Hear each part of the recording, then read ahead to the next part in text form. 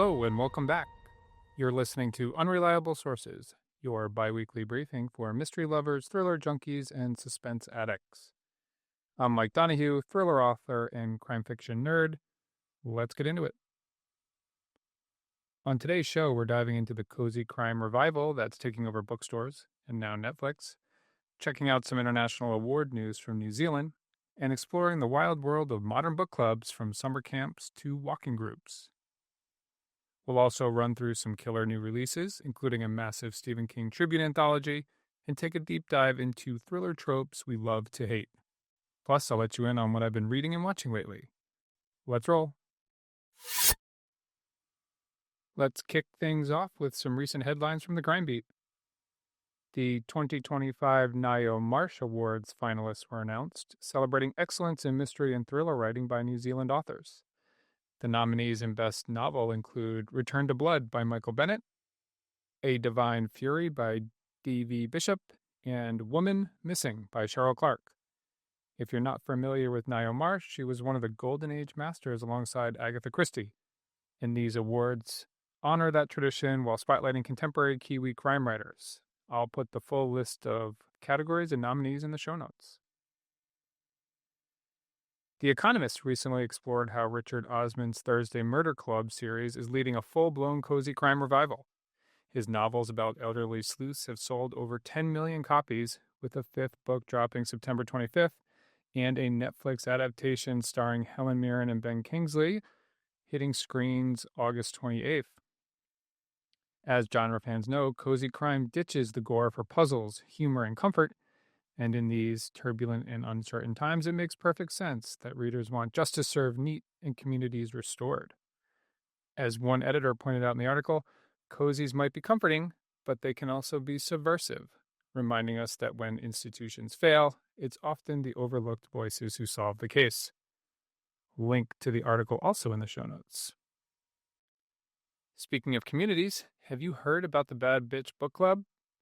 They just hosted a number of 3-day summer camps way up in Maine where 200 women gathered to read, swap books, and bond over favorite authors.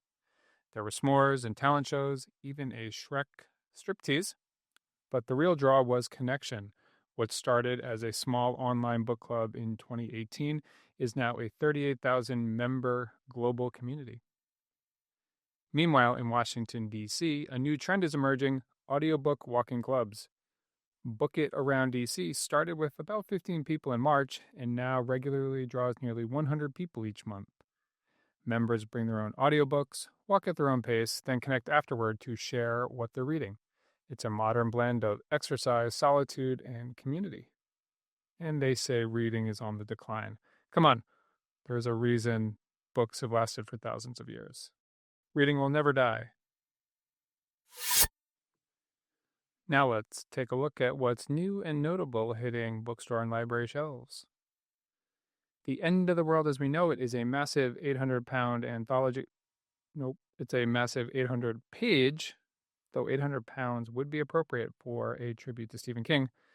It's a massive 800-page anthology featuring 34 new short stories set in Stephen King's post-apocalyptic universe from The Stand, each written by different authors, but with King's blessing. It looks like a diverse list of contributors widely across many different genres. Just picking a few from the world of thriller and suspense, there's stories by S.A. Cosby, Meg Gardner, Alma Katsu, Michael Kurita, Carolyn Kepnes, Joe Lansdale, Josh Mallerman, and Alex Segura. Looks like it's a compelling tribute that expands King's iconic world. This should be a must-read for fans of The Stand. The man himself provides the book's introduction. Also hitting shelves recently, Forget Me Not by Stacey Willingham, an indie bookstore pick for September featuring slow burn southern atmosphere, psychological depth, and a twisty finale. Willingham's previous works have shown that she knows how to build that creeping sense of dread that is essential for noir. Apostles' Cove by William Kent Kruger is the 21st Cork O'Connor novel, weaving in Ojibwe mythology with dual timelines, moral reckoning, and suspense in this atmospheric mystery that reaffirms Kruger's mastery of the literary suspense genre. The big elephant on the block is The Secret of Secrets by Dan Brown. Robert Langdon returns September 9th in this 6th installment of the mega best-selling series. A prized noetic science manuscript disappears, a brutal murder occurs at a Prague conference, and our favorite symbologist finds himself on a global hunt across London and New York. Now, for those wondering, because I also had to look it up, noetic science studies consciousness and human potential. Fertile ground for Brown's trademark blend of cryptic puzzles and high-stake thrills. Finally, high on my personal anticipatory list is Clowntown by Mick Herron. The 9th Slough House novel drops September 9th as well, delivering what I assume will be another masterclass in espionage fiction with biting satire and intricate plotting.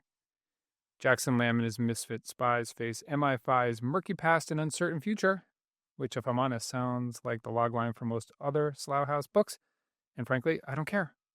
Herron's sharp social commentary laced with dark humor will never get old for me.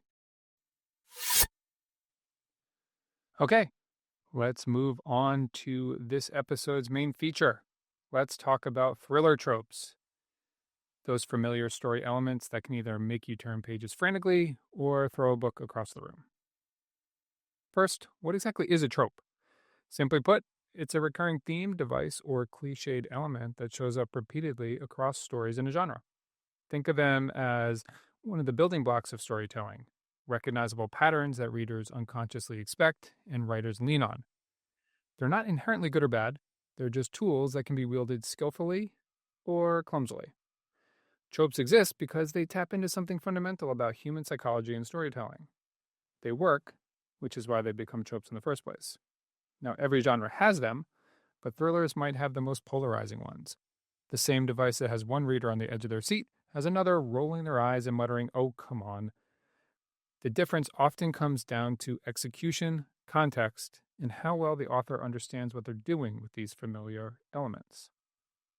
Let's take a look at them. First up, the unreliable narrator tops most love it or hate it lists. When done well, think Gone Girl or perhaps Hawkins' The Girl on the Train, it can come off as brilliant. The slow reveal that your guide through the story isn't quite what they seemed creates real genuine chills. But when handled poorly, it feels like cheating, leaving readers feeling manipulated rather than surprised. The final girl from horror has crept into psychological thrillers. She's the lone survivor, the one who outsmarts the killer. It can be empowering when subverted cleverly, but also tiresome when it's just another woman in peril story with a slight twist. Fake deaths used to shock readers, but now they're so common they've lost most of their impact. When a major character dies early in a thriller, half of the readers are already wondering when they'll turn up alive. The surprise has become the expectation. The red herring is a classic for good reason. Misdirection is baked into thriller DNA. But there's a fine line between clever misdirection and just throwing random suspicious characters at readers. The best red herrings make sense in hindsight, the worst feel arbitrary and a waste of readers' time. Buried secrets in the past drive countless plots. Someone's dark history catches up with them, threatening their perfect present life. Harlan Coben has made a career of this trope. It works because we all have things we'd rather forget, but it's now been done so often that writers increasingly need fresh and sometimes crazy angles to really make it sing. The ticking clock creates urgency, save the kidnapped child, stop the bomb, prevent the murder. When the deadline feels organic to the story, it's incredibly effective. It gets you really turning those pages. But when it's artificial, why exactly does this villain need this to happen by midnight? It just feels contrived. Technology that conveniently fails drives me crazy. This is one where writers need to tread very carefully with modern plots and technology. Dead phone batteries, no cell service, security cameras mysteriously offline right when you need them. Sometimes it's necessary for plot mechanics, but all too often it just feels like lazy writing where they couldn't figure out a way to advance the plot and just accepted the first idea that popped into their head. Finally, the twist ending can elevate a good thriller to greatness or completely derail it. The best twists recontextualize everything you've read while still feeling inevitable. The worst Deus Ex Machina endings come out of nowhere and just make you feel cheated. The key to effective use of expected genre tropes is execution and awareness. A skilled writer can take the most tired trope and breathe new life into it, while a lazy writer can make even fresh concepts feel stale. The tropes I love most are the ones that tap into universal feels or everyday experiences. The ones that annoy me the most are those that exist solely for plot convenience rather than emerging organically from character and situation. What makes a trope effective isn't originality, it's authenticity. Does it serve the story, or is the story serving it? Let's close out this week's episode on a personal note with what I'm reading and watching. Now, I took a break over Labor Day from thrillers to read a sci-fi book. No apologies. Sometimes you need a palate cleanser. When you're reading nothing but mysteries and thrillers, you just start to see nefarious plots everywhere. I'm back on the wagon now, and I've just started Jordan Ackerman's darkly comedic espionage thriller Sheepdogs. On audio, I've started listening to With a Vengeance by Riley Sager. It just wouldn't feel like summer to me without getting through at least one Riley Sager book. And I just finished Lisa Jewell's None of This Is True. And I have to say, I've read a lot of Jewell's books in the past, and she really knocked this one out of the park. The first half is just a masterclass in creating creeping dread. I read a lot of thrillers, and this one had me genuinely freaked out more than anything, perhaps since Gillian Flynn's Dark Places. Now, I wasn't completely sold on the ending, but overall, it's a fantastic audiobook that uses just the right amount of radio play style additions to enhance the main narration. I recommend checking it out. On the TV front, I'm watching A Man on the Inside on Netflix. I'm a little late to this one, created by Mike Shore of The Good Place fame, but I'm finding it's a delightful mix of mystery and emotional depth, exploring themes of aging, loneliness, and human connection. It's lighter fare, but sometimes that's exactly what you need. I will put all the books and a few of the links to the stories mentioned in this episode in the notes.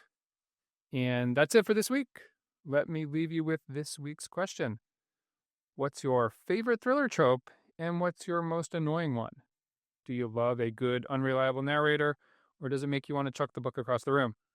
Are you team ticking clock tension, or do convenient technology failures drive you up the wall? Drop me a line with your picks. I'd love to feature some listener responses in a future episode. You can email me at mike@mikedonohuebooks.com. That's DONOHUE. Or find me on Blue Sky at mikedmystery.bsky.social or on Instagram at Mike Donohue Books. This has been Unreliable Sources. I'm Mike Donohue. Thanks for listening. Until next time, stay sharp, follow the clues, and don't trust anyone who skips to the end.